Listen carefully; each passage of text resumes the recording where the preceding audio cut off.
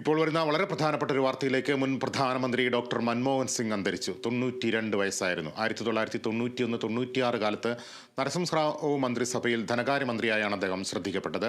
പിന്നീട് 2004 മുതൽ 2014 വരെ രാജ്യം ഭരിച്ച UPA സർക്കാരിൽ പ്രധാനമന്ത്രിയായിരുന്നു. വിവരങ്ങളുമായി ആന്റണി ജിസ് ജോർജാണ് ചേരുന്നത്. ആന്റണി, അദ്ദേഹത്തെ നേരത്തെ ആശുപത്രിയിൽ പ്രവേശിപ്പിച്ചതായുള്ള വാർത്ത വന്നിരുന്നു. ഇപ്പോൾ ഈ മെഡിക്കൽ ബുള്ളറ്റിനിൽ എന്തൊക്കെ കാര്യങ്ങളാണ് വിശദമാക്കുന്നത്? തീർച്ചയായും അല്പസമയം മുൻപാണ് ഇന്ത്യയുടെ മുൻ പ്രധാനമന്ത്രി മൻമോഹൻ സിംഗിന്റെ മരണം സ്ഥിരീകരിക്കുന്നത്. വൈകുന്നേരത്തോടു കൂടിയാണ് അദ്ദേഹത്തെ ഡൽഹി എയിംസിൽ ഓൾ ഇന്ത്യ മെഡിക്കൽ സയൻസിൽ പ്രവേശിപ്പിക്കുന്നത്. നേരത്തെ അദ്ദേഹത്തിന് ആരോഗ്യ പ്രശ്നങ്ങൾ ഉണ്ട് എന്നുള്ളതാണ്. അതിനെ തുടർന്ന് നേരത്തെയും അദ്ദേഹം ആശുപത്രിയിലായിരുന്നു. പക്ഷേ അല്പസമയം മുമ്പ് ഈ ആശുപത്രിയിൽ പ്രവേശിച്ചപ്പോൾ തന്നെ അദ്ദേഹത്തിന്റെ നില അതീവ ഗുരുതരമാവുകയാണ് ചെയ്തത്. വൈകുന്നേരം 8 മണിയോടുകൂടിയാണ് അദ്ദേഹത്തെ ഈ ആശുപത്രിയിലേക്ക് എത്തിക്കുന്നത്. ഏതായാലും അദ്ദേഹത്തിൻ്റെ മരണം ഇപ്പോൾ ഔദ്യോഗികമായി തന്നെ സ്ഥിരീകരിച്ചിരിക്കുകയാണ്. കൂടുതൽ വിവരങ്ങൾ പുറത്തേക്ക് വന്നുകൊണ്ടിരിക്കുന്ന സാഹചര്യമാണ് നിലവിലുള്ളത്. ഏതായാലും ഇന്ത്യയെ സംബന്ധിച്ച് നെഹ്റു കഴിഞ്ഞാൽ കഴിഞ്ഞ 2 തവണ തുടർച്ചയായി പ്രധാനമന്ത്രിയായ കോൺഗ്രസിൽ നിന്ന് പ്രധാനമന്ത്രിയായ ആളാണ് മൻമോഹൻ സിംഗ്. കഴിഞ്ഞ 10 വർഷം ഇന്ത്യയുടെ വികസനത്തിൽ നിർണായകമായ പങ്ക് വഹിച്ച പ്രധാനമന്ത്രി. 2004 മുതൽ 2014 വരെ അദ്ദേഹം രാജ്യത്തിൻ്റെ പ്രധാനമന്ത്രിയായി പ്രവർത്തിച്ചു. നിരവധി അംഗീകാരങ്ങൾ പ്രധാനമന്ത്രി എന്ന നിലയിൽ അദ്ദേഹം നേടുകയും ചെയ്തിട്ടുണ്ട്. മാത്രമല്ല, അദ്ദേഹം എപ്പോഴും ഓർമ്മിക്കപ്പെടുന്നത് ഇന്ത്യയുടെ സാമ്പത്തിക നയങ്ങൾ, അദ്ദേഹം സ്വീകരിച്ച സാമ്പത്തിക നയങ്ങളുടെ പേരിലാണ് ഏറ്റവും പ്രധാനമായും മൻമോഹൻ സിംഗ് അറിയപ്പെടുന്നത്. നമുക്കറിയാം, 1991 രാജ്യം കടുത്ത സാമ്പത്തിക പ്രതിസന്ധിയിലൂടെ കടന്നു പോകുന്ന ഘട്ടത്തിലാണ് അദ്ദേഹം ധനമന്ത്രിയായി വരുന്നത്. രാജ്യത്തിൻ്റെ ധനമന്ത്രിയായി അദ്ദേഹം വരുന്നത്. PV നരസിംഹറാവു ആണ് അദ്ദേഹത്തെ ഈ ദേശീയ രാഷ്ട്രീയത്തിലേക്ക് ക്ഷണിക്കുന്നത്. ആദ്യം അദ്ദേഹം പ്രധാനമന്ത്രിയായ നരസിംഹറാവുവിൻ്റെ ക്ഷണം നിരസിച്ചു. പിന്നീട് ധനകാര്യമന്ത്രിയായി അദ്ദേഹം സത്യപ്രതിജ്ഞ ചെയ്യുകയാണ് ചെയ്തത്. നേരത്തെ അധികാരമേൽക്കാൻ ലോക്സഭയിലെത്താൻ പറഞ്ഞെങ്കിലും അദ്ദേഹം പിന്നീട് അതിൽ നിന്ന് മാറുകയാണ് ചെയ്തത്. ഏതായാലും അദ്ദേഹം നടപ്പാക്കിയ ഈ 92-93 കാലത്ത് ഇന്ത്യയുടെ കാലത്ത് അദ്ദേഹം നടപ്പാക്കിയ ചില നയങ്ങളാണ് ഇന്ത്യയെ ഇന്ന് കാണുന്ന നിലയിലേക്ക് എത്തിച്ചതെന്നുള്ളത് അദ്ദേഹം പറയും. പ്രത്യേകിച്ച് ഉദാരവൽക്കരണ നയങ്ങൾ അദ്ദേഹത്തിൻ്റെ കാലത്താണ് നടപ്പാക്കുന്നത്. അത്തരത്തിൽ ആ നയങ്ങളാണ് സ്വകാര്യവൽക്കരണം പോലെ ഉദാരവൽക്കരണം പോലെയുള്ള നടപടികൾ അദ്ദേഹം ഈ ഇന്ത്യൻ സമ്പത്ത് വ്യവസ്ഥയിൽ കൊണ്ടുവന്നു. അതാണ് രാജ്യത്തെ കൂടുതൽ ഇന്ന് കാണുന്ന വികസനങ്ങളിലേക്കൊക്കെ എത്തിക്കുന്നത്. അദ്ദേഹത്തിൻ്റെ ഭരണകാലത്താണ് ഏറ്റവും പ്രധാനപ്പെട്ട പദ്ധതിയായ ദേശീയ ഗ്രാമീണ തൊഴിലുറപ്പ് പദ്ധതി UPA സർക്കാർ നടപ്പാക്കുന്നത്. അങ്ങനെ ജനങ്ങളുമായി ബന്ധപ്പെട്ട് ജനങ്ങളുടെ ജീവിതത്തിലേക്ക് ബന്ധപ്പെടുന്ന നിരവധി വിഷയങ്ങൾ, വികസന പ്രവർത്തനങ്ങൾ, നിരവധി പ്രവർത്തനങ്ങൾ നടത്തിയ ആളാണ് അദ്ദേഹം. ഒരു രാഷ്ട്രീയക്കാരൻ എന്നതിനേക്കപ്പുറത്തേക്ക് ഒരു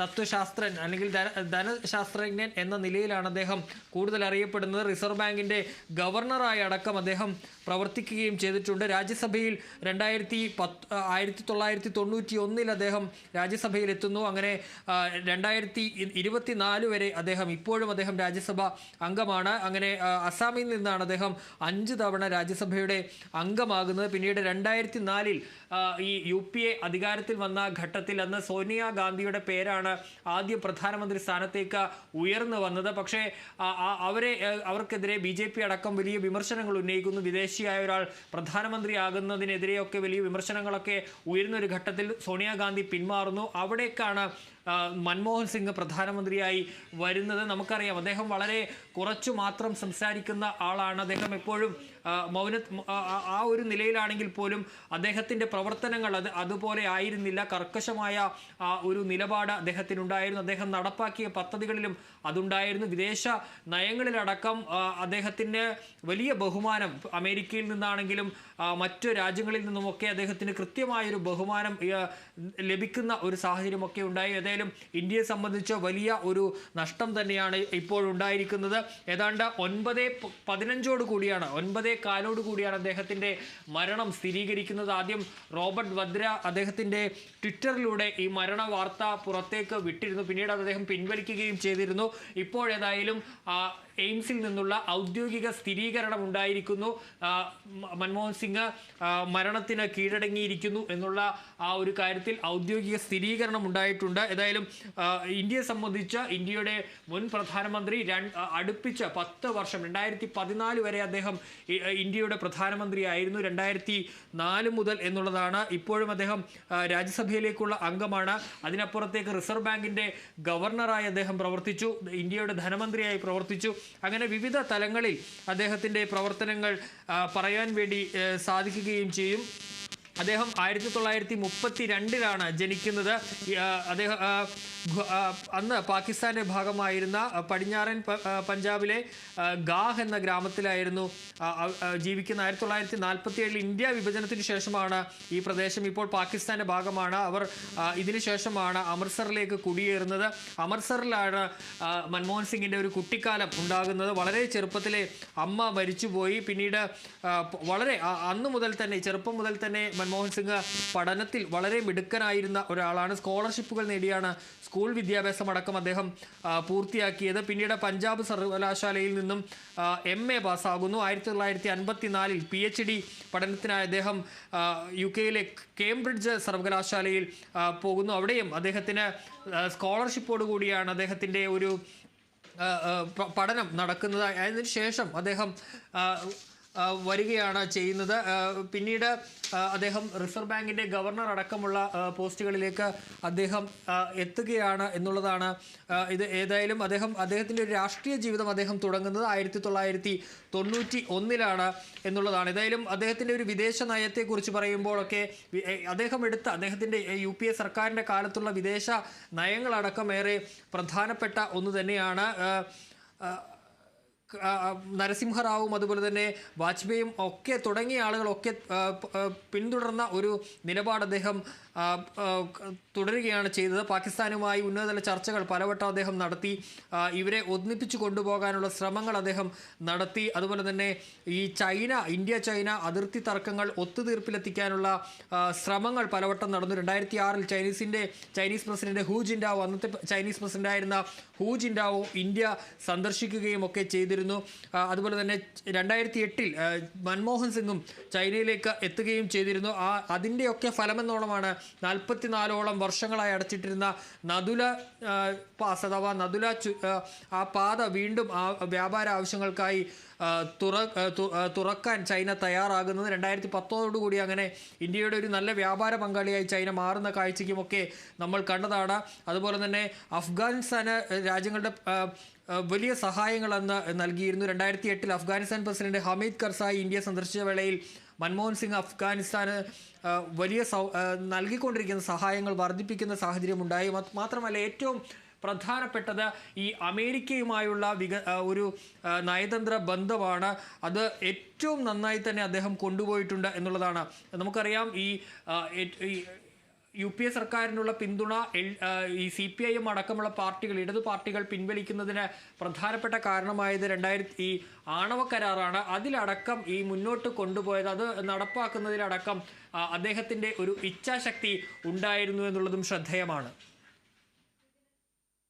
മുൻ പ്രധാനമന്ത്രി ഡോക്ടർ മൻമോഹൻ സിംഗ് അന്തരിച്ചിരിക്കുകയാണ്.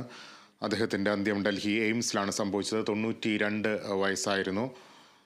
തുടർച്ചയായി 10 വർഷക്കാലം ഇന്ത്യയുടെ പ്രധാനമന്ത്രിയായിരുന്നു ഡോക്ടർ മൻമോഹൻ സിംഗ്. 2004 മെയ് 22 ഇന്ത്യയുടെ 14ാമത് പ്രധാനമന്ത്രിയായി മൻമോഹൻ സിംഗ് അധികാരമേറ്റത്. തുടർന്ന് 2009 മെയ് 22 അദ്ദേഹം രണ്ടാമതും ഇന്ത്യയുടെ പ്രധാനമന്ത്രിയായി. അവിഭക്ത ഇന്ത്യയിലെ പഞ്ചാബ് പ്രവിശ്യയിൽപ്പെട്ട ഒരു ഗ്രാമത്തിലാണ് 1932 സെപ്റ്റംബർ 26 ഡോക്ടർ മൻമോഹൻ സിംഗ് ജനിക്കുന്നത്. 1948 പഞ്ചാബ് സർവകലാശാലയിൽ നിന്ന് മെട്രിക്കുലേഷൻ പരീക്ഷ പാസ്സായി. തുടർന്ന് 1957 ബ്രിട്ടനിലെ കേംബ്രിഡ്ജ് സർവകലാശാലയിൽ പഠിച്ച് സാമ്പത്തിക ശാസ്ത്രത്തിൽ 1ാം ക്ലാസ് ഓണേഴ്സ് ബിരുദം നേടി. ഓക്സ്ഫോർഡ് സർവകലാശാലയിലെ നഫീൽഡ് കോളേജിൽ ചേർന്ന് 1962 സാമ്പത്തിക ശാസ്ത്രത്തിൽ DPhil പൂർത്തിയാക്കി. അദ്ദേഹത്തിൻ്റെ പഞ്ചാബ് സർവകലാശാലയിലെയും പ്രമുഖ ഉന്നത പഠന കേന്ദ്രമായ ഡൽഹി സ്കൂൾ ഓഫ് എക്കണോമിക്സിലും അധ്യാപകനായി പ്രവർത്തിച്ചപ്പോഴുള്ള മികച്ച അധ്യാപന പരിചയമാണ് അദ്ദേഹത്തെ അക്കാദമിക് രംഗത്ത് ശ്രദ്ധേയമാക്കിയത്. പിന്നീട് ഇന്ത്യയിൽ അദ്ദേഹം പ്രധാനപ്പെട്ട പദവികൾ വഹിക്കുന്നു. 1971 കേന്ദ്ര വാണിജ്യ മന്ത്രാലയത്തിൽ സാമ്പത്തിക ശാസ്ത്ര ഉപദേഷ്ടാവായി ചേർന്നു. അടുത്ത വർഷം ധനമന്ത്രാലയത്തിൻ്റെ മുഖ്യ സാമ്പത്തിക ശാസ്ത്ര ഉപദേഷ്ടാവായി. പല പ്രധാന പദവികളും ഡോക്ടർ സിംഗിനെ തേടിയെത്തിയിരുന്നു. ധനകാര്യ മന്ത്രാലയം secretary, planning commission deputy chairman, reserve bank governor, പ്രധാനമന്ത്രിയുടെ ഉപദേഷ്ടാവ്, യൂണിവേഴ്സിറ്റി ഗ്രാൻസ് കമ്മീഷൻ ചെയർമാൻ തുടങ്ങിയ പദവികൾ അദ്ദേഹം വഹിച്ചു. അദ്ദേഹത്തെ എപ്പോഴും ഓർമ്മിക്കപ്പെടുക 1991-96 കാലഘട്ടത്തിൽ ഡോക്ടർ മൻമോഹൻ സിംഗ് നടപ്പാക്കിയ ഉദാരവൽക്കരണ സാമ്പത്തിക നയങ്ങളുടെ അടിസ്ഥാനത്തിലാണ്. ആന്റണി തുടരുന്നുണ്ട്. ആന്റണി, ആ സാമ്പത്തിക ഉദാരവൽക്കരണ നയങ്ങളാണ് അത് അദ്ദേഹത്തിന് വിമർശകരെ ഒരുപാട് നേടിക്കൊടുത്തെങ്കിൽ പോലും ഇന്ത്യയുടെ ഒരു സാമ്പത്തിക വളർച്ചയിൽ നിർണായകമായൊരു നാഴികക്കല്ലായിരുന്നു ഉദാരവൽക്കരണ നയങ്ങൾ. ആ നയങ്ങളുടെ പേരിൽ സിംഗിനെ എക്കാലവും ഓർമ്മിക്കപ്പെടും എന്ന് തന്നെ നമുക്ക് കരുതാം. അദ്ദേഹത്തിൻ്റെ ആ സാമ്പത്തിക പരിഷ്കാരങ്ങളെ എങ്ങനെ വിലയിരുത്താം? തീർച്ചയായും ഈ മൻമോഹൻ സിംഗിനെ കുറിച്ച് പറയുമ്പോൾ അദ്ദേഹം ഇന്ത്യയുടെ പ്രധാനമന്ത്രി എന്ന നിലയ്ക്കപ്പുറം, ഈ 10 വർഷക്കാലം ഇന്ത്യയുടെ പ്രധാനമന്ത്രി എന്ന നിലയ്ക്കപ്പുറം അദ്ദേഹം ഇന്ത്യയുടെ സാമ്പത്തിക വ്യവസ്ഥയിൽ, ഇന്ത്യയുടെ ഇന്ന് കാണുന്ന വളർച്ചയിൽ ഇന്ന് കാണുന്ന ഒരു സാമ്പത്തിക നയം രൂപപ്പെടുത്തുന്നത് അദ്ദേഹമാണ് എന്നുള്ളത് നിസ്സംശയം പറയാൻ കഴിയും. കാരണം 1991 രാജ്യം കടുത്ത സാമ്പത്തിക പ്രതിസന്ധിയൊക്കെ നേരിടുന്ന ഒരു ഘട്ടത്തിലാണ് അദ്ദേഹം ഈ സ്വകാര്യവൽക്കരണം പോലെയുള്ള സ്വകാര്യവൽക്കരണവും ഉദാരവൽക്കരണവും അടക്കമുള്ള നവലിബറൽ നയങ്ങൾ നടപ്പാക്കുന്നത്.